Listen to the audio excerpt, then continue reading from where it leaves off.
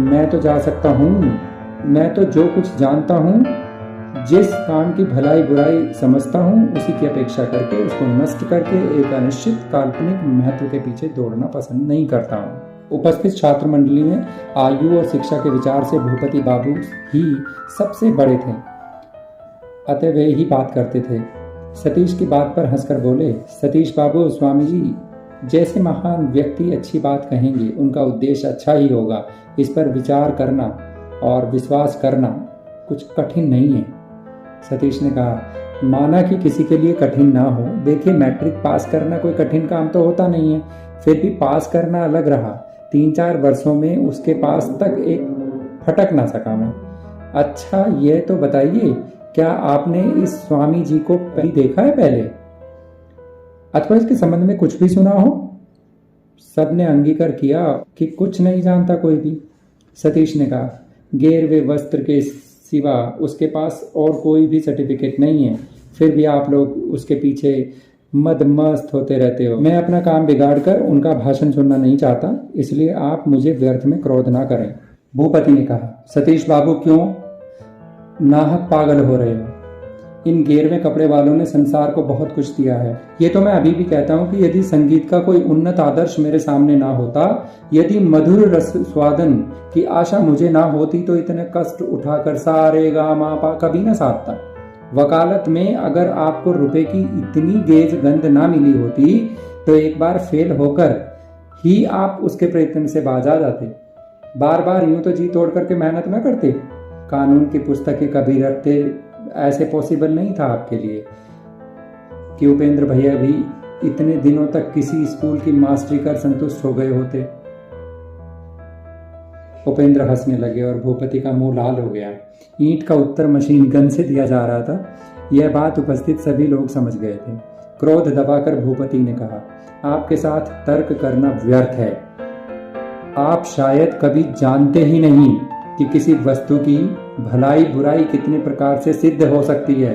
बातों ही बातों में सब लोग धीरे धीरे सड़क के किनारे बैठ गए। सतीश खड़ा हो गया और हाथ जोड़कर बोला, भूपति बाबू क्षमा कीजिए।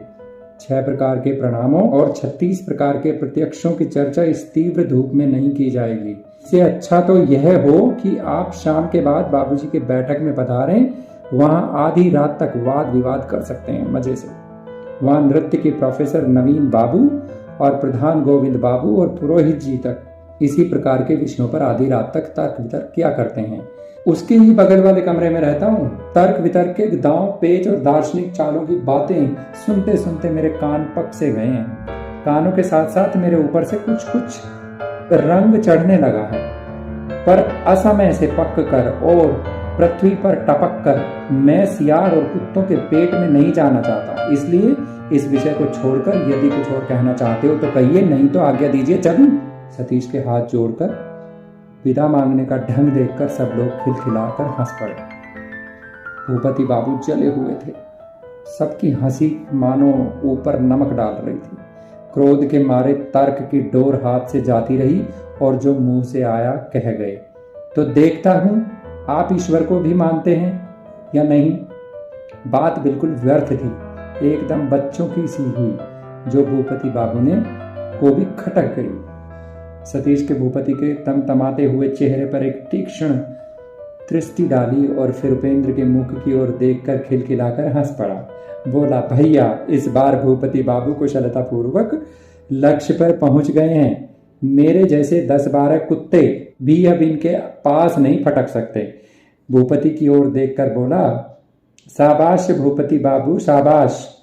चोर चोर के खेल में दौड़ा न जाए तो घुई छू लेना ही अच्छा है। इसी तीखे व्यंग्य बाणों की चोट से जलकर भूपति खड़े हुए। उपेंद्र ने उनका हाथ पकड़ लिया और, भूपति तुम जरा ठहरो, मैं अभी इसे ठीक करता हूं।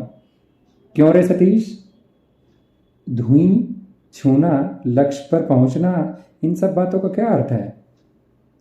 वास्तव में तो तेरी आदत जैसी संदिग्ध है, उससे यह संदेह होना बिल्कुल स्वाभाविक है कि तू ईश्वर तक को भी नहीं मानता है। सतीश ने आश्चर्य का नाट्य दिखाते हुए कहा, हाय रे मेरा भाग्य, मैं ईश्वर को नहीं मानता? अवश्य मानता हूं।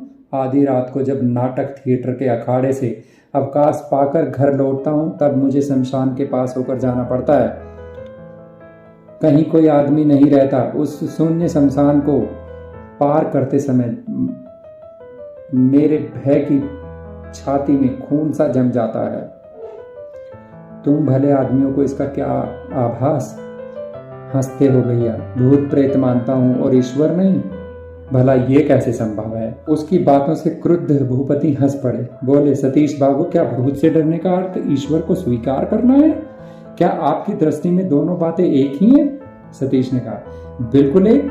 पास पास रख के देखे तो पहचान पड़ जाएगी आपको। केवल मेरे लिए नहीं, आपके लिए, उपेंद्र भैया के लिए और सभी जितने भी शास्त्रकार हैं उन सभी के लिए ये बात है। हाँ, जो दोनों में से एक किसी को भी ना माने उसका कहना ही कुछ अलग हो सकता है, लेकिन जहाँ एक को मान लिया तो दूसरे को तो पिंड छुड़वाना ही कठिन है। मानने के बाद जान नहीं बचती। दुख में, संकट में, विपदा में, आपदा में कोई और सोचकर देखा है? और जो अंधकार पहले था वही आज भी है।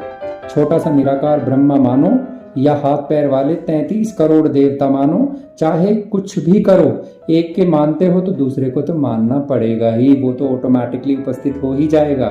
ऐसा जान पड़ता है मानो जब एक को खींचा है तो दूसरे की कहीं अपने आप खींची चली आएंगी। स्वर्ग नर्क आ जाएगा, आत्मा अमर भी हो जाएगी। फिर तुम शमशान के उपदेवताओं को धोखा कैसे दोगे? काली घट के कंगालों में से एक हो, चुपके से कुछ देकर क्या तुम अपना पिंड औरों से छुड़वा सकते हो? पल भर में अनगिनत भिखारी आकर घेर लेंगे। ऐसी हालत में आप ही बताइए, भूत से डरूं या ईश्वर को मानूं? क्या यही संभव है भूपति बाबू? वो कहते हुए उसने ऐसा मुंह बनाया कि उसे देखकर सब वहां से उठकर हंस पड़े। कुछ दूर पर खड़े 2 छोटे छोटे बच्चे भी जोर से हंसने लगे। रविवार की उदास फीकी दोपहरी इस सब की हंसी से गूंज उठा। उपेंद्र की स्त्री सुरबाला द्वारा भेजा हुआ नौकर दूर खड़ा होकर इतनी देर से अपने आप ही बड़बड़ा रहा था। मुंह फेर कर मुस्कुराने लगा। कलह के जो बादल घिर आए थे, इस हास्य की आंधी में वो सब उड़ गए जिनका पता ही नहीं चला। सबके सब बातों में इतने रत हो गए कि किसी को पता तक नहीं चला कि दोपहर कब बीत गई।